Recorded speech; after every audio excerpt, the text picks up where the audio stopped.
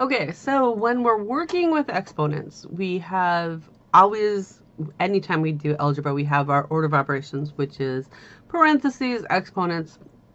Um, so with these, we can decide whether or not we want to deal with that outside exponent, distribute it to everything inside, or simplify everything inside first.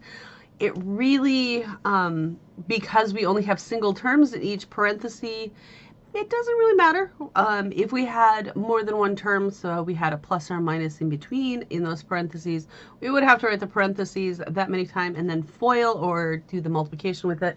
But in this case, I am going to distribute my exponent of 2 to every single variable and number inside.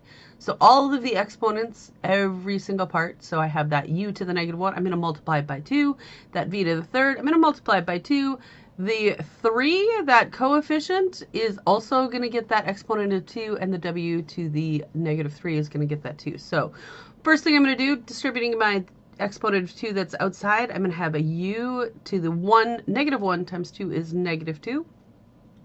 V to the 3 times 2 is 6 over 3 squared. I'm just going to rewrite it, 3 squared. And then w to the negative 3 times 2 is negative 6. So that's the first set of parentheses. The second set of parentheses doesn't have an exponent on the outside, so u squared over w cubed. Now, the next thing I would do is deal with those negative exponents. Remember, negative exponents mean I have a fraction. In this problem, I see my fraction, and anything with a negative exponent means it's in the wrong part of the fraction. It's not happy where it is.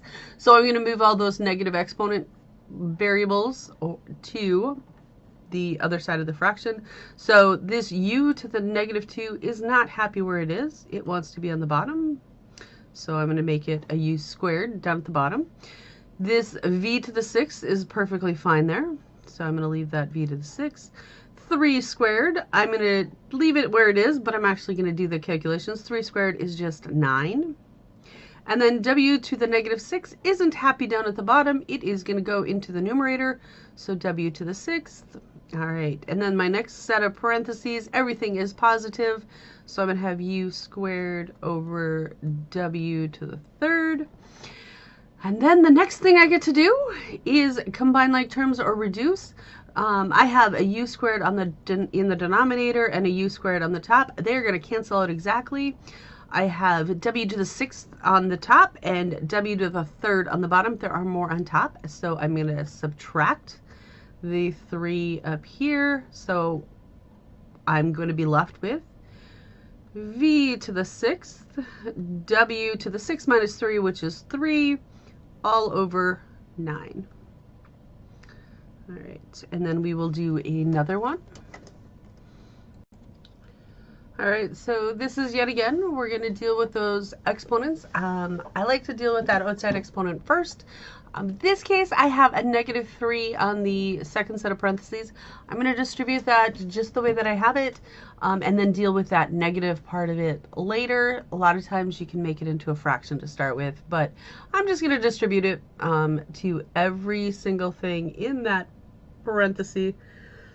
So the negative 2 is going to get the negative 3, the x to the 4th is going to get the negative 3, the u squared is going to get that negative 3, and the z is going to get the negative 3. So my problem is going to look like u, z to the third, that's that first set of parentheses, and then I'm going to have negative 2, I'm going to keep that negative with it, put it in its own set of parentheses, to the negative 3, x to the 4 times negative 3 is negative 12. U to the 2 times negative 3 is negative 6. And z to the negative 3. All right, so this does not look like I made it easier, but we will simplify it. It will get better looking in a second. All right, positive exponents look good. So this is going to be u, z to the third. And then I have all of these next negative exponents. So I'm going to put, I have negative means a fraction.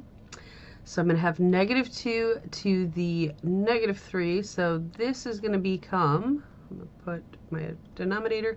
If I put it down at the bottom, I'll have a negative 2 to the third, and I will deal with that in a minute. X to the negative 12 is not where it wants to be. It wants to be here. Then it becomes positive. U to the 6th will be down here, and Z to the third. Now, there is all of these move down. There is nothing left on top. I have to keep it a fraction, so I'm just going to keep that 1 up on the top, because 1 times anything is what we started with. And then we're going to simplify stuff. So we're making progress, looking at what we have. We have the U, Z to the third is all that's on top, because I could say that that's over 1.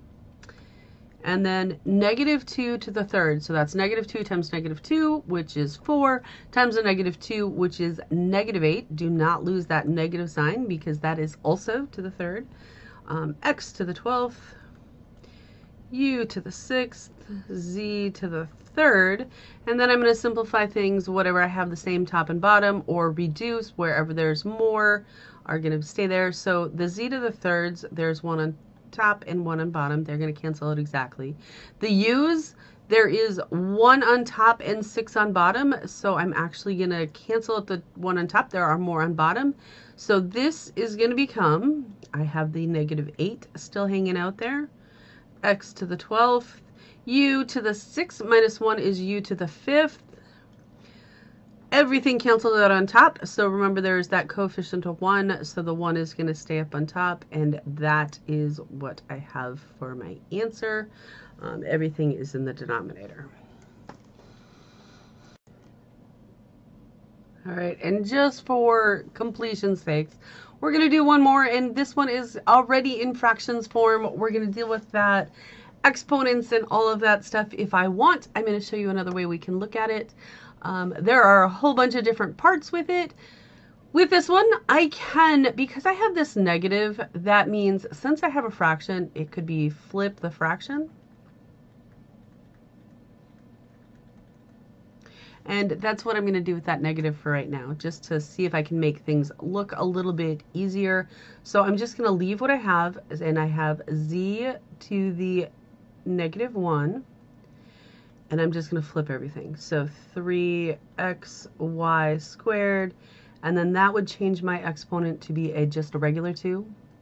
And then I have the x to the negative 4, z to the 4th. So you can do because we're just dealing with single terms, there's no pluses or minuses in the middle of the problems between the variables. We can kind of do things in whichever order makes sense to us. Or what we feel like at the time. Now I'm going to distribute that exponent of 2 to absolutely everything in this parenthesis. This set of parentheses, I'm going to put it over 1 because I have that negative exponent. I definitely know I have a fraction. So we're going to simplify this. This is going to be Z to the negative 1 times 2 is negative 2 over 3 squared x squared y to the 2 times 2, which is 4. And then the next parentheses, that x to the negative 4 is not happy where it is. That z to the 4th is perfectly fine where it is. So z to the 4th, x to the 4th when it goes down there. Looking at what I have one last negative exponent that we're going to have that is in that first parenthesis. So we're going to go over here. And that first set of parentheses is, there's a coefficient of 1, so that z is going away. It's going to go on the bottom. There's the 1 left on top, so I have 9 x squared y to the 4th z squared. And then the next set of parentheses is z to the 4th x to the 4th.